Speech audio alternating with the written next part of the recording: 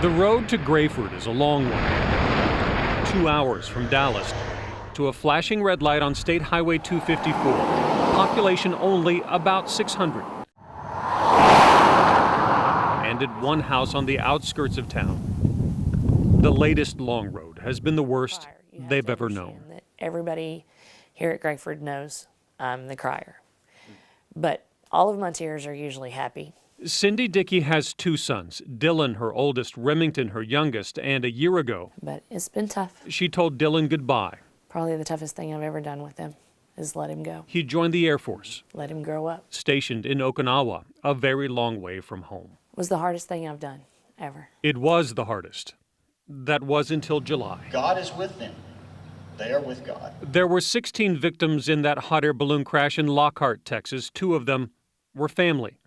Cindy Dickey's stepdaughter, Stacy Gore, a newlywed, died with her husband, John. Who in the world ever thinks that if you have a national tragedy, there's 80 billion people in the world and you're going to have a child on a balloon?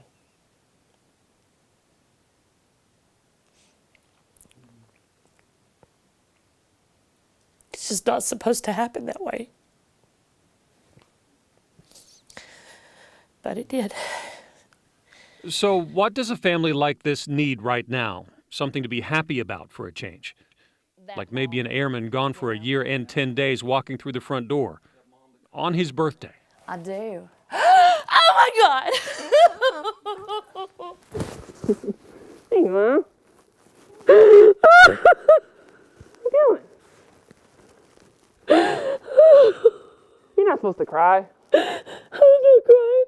Yeah, you are. You goober. Oh, Mama. What are you doing? You're not supposed to cry.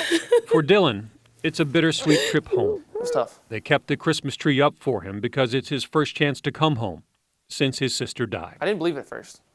I was like, there's no way that my sister was on a hot air balloon that crashed. Which made it all that much more important that there was one more person he would need to see. That little goober, he calls him, his kid brother, who hated to see him go. I hope he cries. I hope he cries. If he doesn't cry, I hope he just gives me a big old hug and tells me he loves me. A girls' basketball game at their high school where the Grayford Jackrabbit Championship runs go all the way back to 1965. Remington Shield.